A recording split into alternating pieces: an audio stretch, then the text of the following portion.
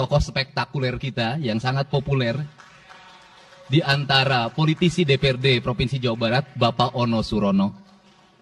Saya sudah tahu Pak Ono kontrak-kontrak medianya sudah banyak nanti ke depan.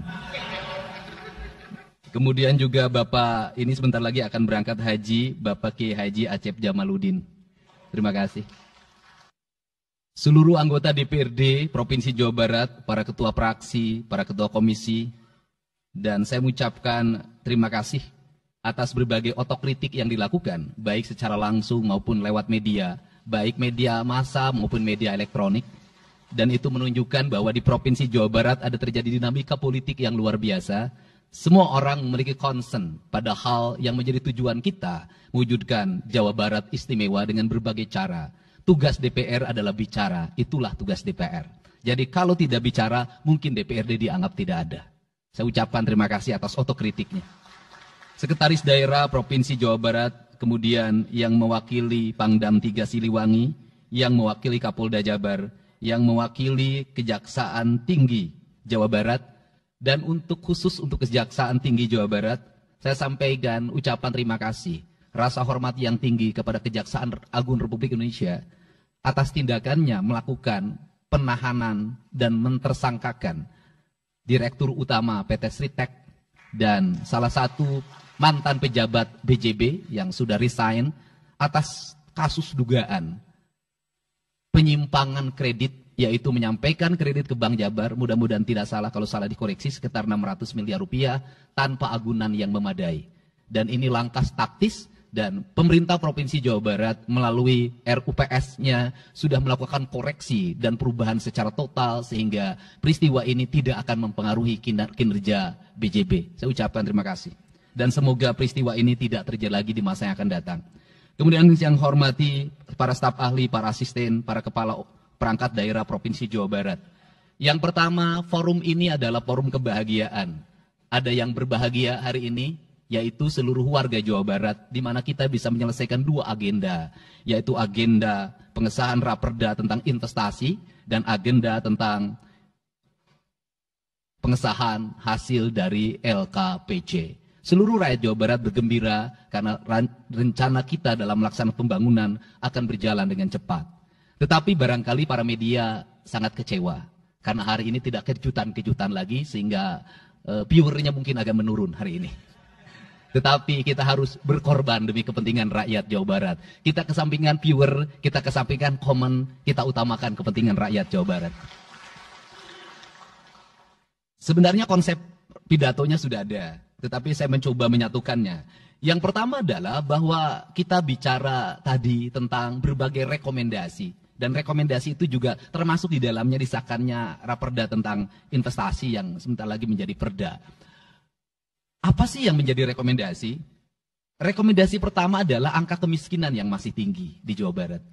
Tetapi saya usul pada Pak Ketua, ke depan kalau LKPJ sebaiknya para bupati wali kota diundang di seluruh Jawa Barat. Karena Jawa Barat itu pertanggungjawabannya bukan di OPD Jawa Barat. Tetapi seluruh kinerja pembangunan itu ada di Pemkab dan Pemkot, serta ada di pemerintah desa. Jawa Barat tidak memiliki rakyat yang terkelola secara langsung, karena seluruh pengelolaannya ada di pemerintah kabupaten kota dan pemerintahan desa. Dan saya mohon nanti dipaparkan kemiskinan yang paling tinggi dalam perspektif BPS, dalam perspektif LKPJ dan analisisnya, itu di kabupaten mana, bila perlu sampai di desa mana. Kemudian angka investasi tertinggi di kabupaten mana, angka investasi terendah di kabupaten mana, infrastruktur yang berproblem di kabupaten di mana, sehingga semuanya terpetakan dengan baik, sehingga nanti kita bisa mengorkestrasi antara pembangunan Provinsi Jawa Barat, pembangunan kabupaten kota, dan pembangunan desa secara bersama-sama dan berkeadilan. Kemudian yang kedua, bahwa investasi ini menjadi aspek yang utama dalam kinerja pembangunan Provinsi Jawa Barat hari ini. Kenapa? Karena satu, angka kemiskinan kita masih tinggi. Kemudian angka kemiskinan yang tinggi di Indonesia sebenarnya juga dipengaruhi oleh jumlah penduduk yang tinggi. Sehingga persentase kecil menurut Jawa Barat, tetapi menurut nasional menjadi besar. Keberhasilan Indonesia sangat tergantung terhadap kinerja pemerintah Provinsi Jawa Barat, pemerintah kabupaten kota, dan pemerintahan desa. Yang kedua adalah pendidikan. Yang ketiga adalah infrastruktur. Yang keempat, kesehatan. Yang kelima, pengendalian penduduk. Yang keenam adalah pengendalian lingkungan. Kemudian yang ketujuh adalah belanja pemerintah yang masih besar. Belanja tidak langsungnya, yaitu belanja untuk kepentingan pegawai. Yang kedelapan adalah pengelolaan aset. Seluruh rangkaian yang menjadi rekomendasi ini adalah tugas kami untuk meneruskan rekomendasinya. Tetapi yakinlah bahwa apa yang kami lakukan selama ini, langkah-langkah yang seringkali kontroversi, langkah-langkah yang seringkali dianggap one man show, langkah-langkah yang seringkali dianggap terlalu sendiri dan terlalu konten, sesungguhnya adalah langkah-langkah menyelesaikan ini semua. Saya berikan contoh. Kalau saya melakukan operasi terhadap penutupan galian C, penutupan areal-areal pelanggaran terhadap lingkungan, kalau saya mengkoordinasikan terlebih dahulu dengan jajaran saya, bisa jadi operasi saya gagal. Kenapa? Karena begitu rapat, besoknya penambangnya sudah tahu apa yang akan kami lakukan. Sehingga kejutan-kejutan itu dilakukan untuk memberikan efek kejut. Dari efek kejut itu melahirkan viral. Dari viral itu melahirkan atensi. Yang pada akhirnya hari ini Jawa Barat, seluruh penambangan liar bisa diselesaikan secara hukum. Dan Kapolda memberi atensi yang sangat tinggi. Hari ini Jaksa Agung memberikan perintah kepada Kejaksaan Tinggi untuk melakukan proses pidana bagi siapapun yang melakukan pelanggaran lingkungan dan memberikan kerugian bagi kepentingan masyarakat. Yang kedua, saya sampaikan juga mengenai bagaimana melakukan penanganan terhadap berbagai problem lingkungan yang terjadi. Nilai tukar petani yang menurun, kemudian musibah bencana alam yang tidak berhenti. Perlu kami sampaikan bahwa Gubernur Jawa Barat sudah mengeluarkan peraturan gubernur yang melarang alih fungsi lahan, yaitu larangan alih fungsi hutan, larangan alih fungsi areal perkebunan, larangan alih fungsi sumber-sumber pengairan, larangan air fungsi daerah airan sungai, dan larangan alih fungsi pesawahan. Yang itu harus segera ditindaklanjuti oleh kabupaten kota dengan melakukan evaluasi tata ruang secara menyeluruh. Karena inilah jalan yang terbaik apabila kita ingin melakukan perubahan lingkungan di Jawa Barat. Kemudian, masih bicara kemiskinan hubungannya dengan pendidikan. Saya sampaikan bahwa problem kita saat ini, saat pemerintah menggratiskan sekolah sampai SMA, swasta masih bayar. Maka gratis itu tidak punya makna. Saya tadi di jalan itu bertemu dengan orang-orang yang menangis di depan saya karena seragamnya tidak bisa terbayar. Saya katakan harga seragam berapa? 1,5 juta. Saya balik, jajan anak ibu berapa? Sehari 20.000. Apa sih yang terjadi? Yang harus diperbaiki bukan hanya pemerintah, tetapi juga masyarakat harus diperbaiki.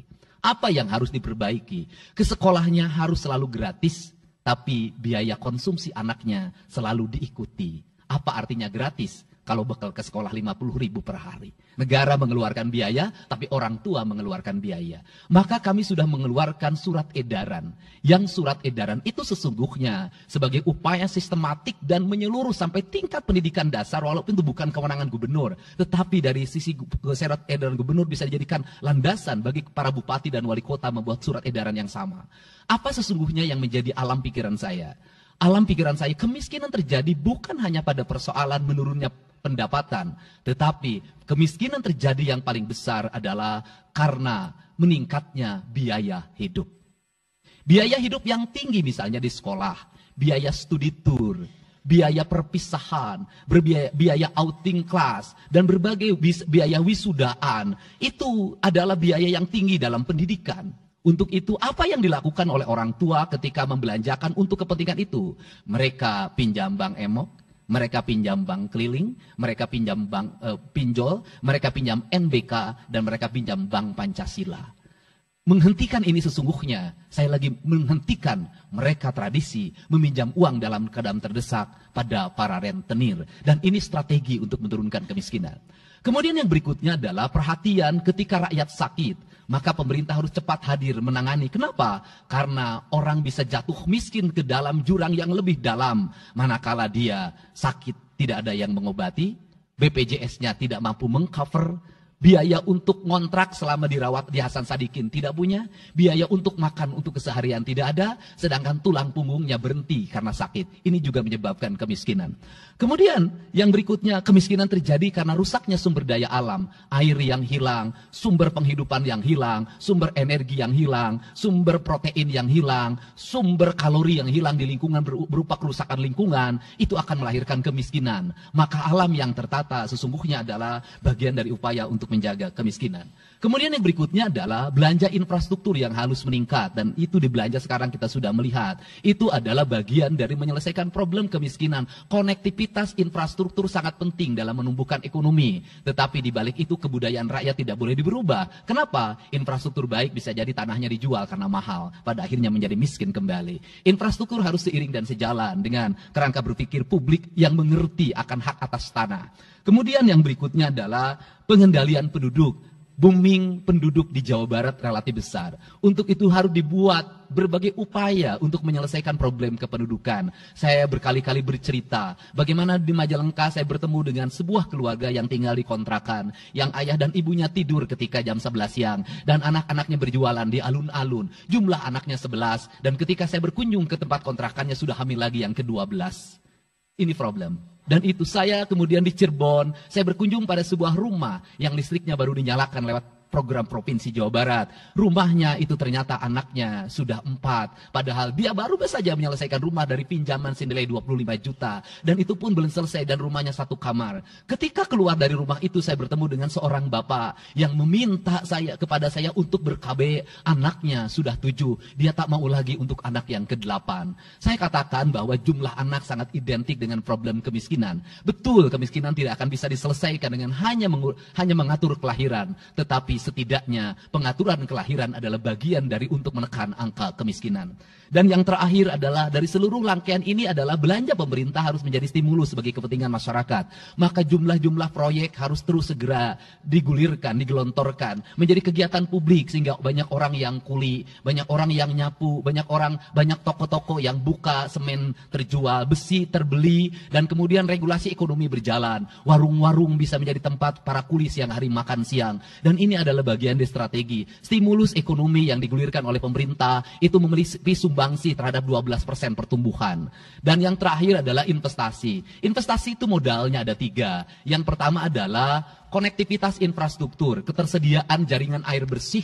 Kita jujur hari ini saya sampaikan ke DPRD, banyak perusahaan-perusahaan yang masih menggunakan air bawah tanah tapi tidak berizin. Bayar pajak tidak, jalan terus. Karena kalau dihentikan mereka pabriknya berhenti. Setelah itu apa? Mereka menjadi objek pemerasan beberapa pihak dalam setiap bulan karena dianggap melanggar perda. Tetapi kalau juga mereka dihentikan, maka pabrik itu berhenti. Dilema itu harus segera diselesaikan. Caranya bagaimana? Caranya adalah pemerintah provinsi melalui Bapeda hari ini harus segera merancang daerah-daerah yang menjadi kawasan industri harus dibangun fasilitas infrastruktur jaringan air bersih dalam bentuk investasi pemerintah sehingga nanti dikoreksikan dengan PAM-PAM atau PDAM di setiap kabupaten kota secara terkoneksi. Dan ini jalan bagi kita menyelamatkan lingkungan dan menorong pertumbuhan PDAM di setiap kabupaten kota. Karena apa? Karena angka pembayaran yang dilakukan oleh industri jauh lebih baik dibanding angka rumah tangga dan angka-angka layanan sosial lainnya. Itu yang pertama. Yang kedua adalah tumbuhnya iklim investasi di mana masyarakat merasa nyaman. Investor merasa nyaman ketika perizinannya cepat. Saya memberitahukan ya bahwa di Indramayu ada pabrik sepatu yang selama 2 tahun tidak mau buka hanya karena perizinan lingkungan hidupnya belum kelar. Saya ngambil langkah pasang badan, lakukan pembangunan karena itu menyerap 8.000 tenaga kerja. Kemudian di Cirebon juga seperti itu. Banyak perizinan yang menggantung bertahun-tahun. Hari ini saya janjikan dalam 1 bulan ini seluruh perizinan di Jawa Barat tuntas dan selesai. Dan saya meminta kepala BPM TSP menjadi VR pemerintah Provinsi Jawa Barat untuk senantiasa tiap hari melihat data dan dokumen di setiap kabupaten kota. Mana yang terlambat, mana yang mengalami hambatan. Kemudian yang berikutnya adalah kenyamanan dalam berusaha. Kenyamanan dalam berusaha adalah keterangan para investor dan lingkungan masyarakat terhadap berbagai aksi gangguan dari orang yang mengatasnamakan diri preman. Untuk itu hari ini kita cukup bersyukur di Jawa Barat. Peristiwa ini sudah hampir tidak ada. Kapolda kalau dengar ada preman, hari ini turun termasuk ke Garut, dengar ada preman, Kapolda turun. Ini semua stakeholder sudah bergerak dengan baik, layanan investasi sudah berjalan dengan baik, tinggal satu lagi hambatan investasi adalah masyarakat menaikkan harga tanahnya luar biasa. Kasus BYD, kenapa mengalami hambatan sekitar 20 hektar, masih belum terbebaskan? Karena rakyatnya hari ini meminta 3 juta rupiah per meter. Padahal di situ dulu 150.000, itu pun jarang yang beli. Ini problem kita. Apa peran gubernur saya sampaikan? Peran gubernur bukan hanya mendorong bagaimana investasi berjalan melalui mekanisme administratif. Saya sampai turun untuk mijitin orang yang jual agar mau jual. Dan sudah ada beberapa yang berhasil saya rayu, saya dekati dengan harga. Itu pun tidak terlalu rendah, harganya 1,1 juta. Itu sudah paling murah. Ini yang terjadi di Jawa Barat hari ini. Tidak mudah mengelola sebuah wilayah yang begitu luas, tidak mudah mengelola sebuah daerah yang kabupaten kotanya sudah otonom, diperlukan pendekatan-pendekatan seorang ayah pada anak-anaknya. Sehingga hari ini saya di Provinsi Jawa Barat, saya tidak memposisikan gubernur, saya kadang memposisikan menjadi ketua RT, saya kadang memposisikan menjadi ketua RW, saya kadang memposisikan menjadi kepala desa. Kenapa? Karena warga ini perlu disentuh dengan pendekatan emosional yang kebapak, bukan pendekatan struktural. Untuk itu saya yakin bahwa forum ini adalah forum kebahagiaan bagi kita semua. Kita sudah bisa menyelesaikan 2 agenda besar. Semoga ini menjadi kado terindah bagi masyarakat Jawa Barat. Insya Allah kami akan menjalankan pemerintahan dengan baik. Apa yang kami susun, apa yang kami rancang, dan apa yang kami kerjakan adalah semuanya kami dedikasikan untuk kepentingan masyarakat Jawa Barat. Yang terakhir kami sampaikan juga bahwa kami kemarin sudah melapas 273 anak-anak yang mengikuti pendidikan di Dodi Krindam 3 Siliwangi. Hasilnya bisa dilihat secara terbuka di berbagai tayangan. Air mata tidak akan bisa membohongi kejujuran rakyat dan anak-anak itu. Dan saya sampaikan, hari ini ada 13 orang anak yang tinggal di rumah dinas gubernur. Pada saat yang lain orang tuanya datang menjemputnya, dia menangis. Tak ada satupun orang tuanya yang datang. Seorang menjadi anak yang terbuang. Dan akhirnya saya memutuskan mereka untuk sekolah di Bandung dan tinggal bersama Gubernur Jawa Barat. Ini cara kita menyelesaikan. Saya ucapkan terima kasih pada semuanya. Semoga kebahagiaan menyertai kita semua. Dan saya yakin setelah kegiatan ini kita akan walk out secara bersama-sama.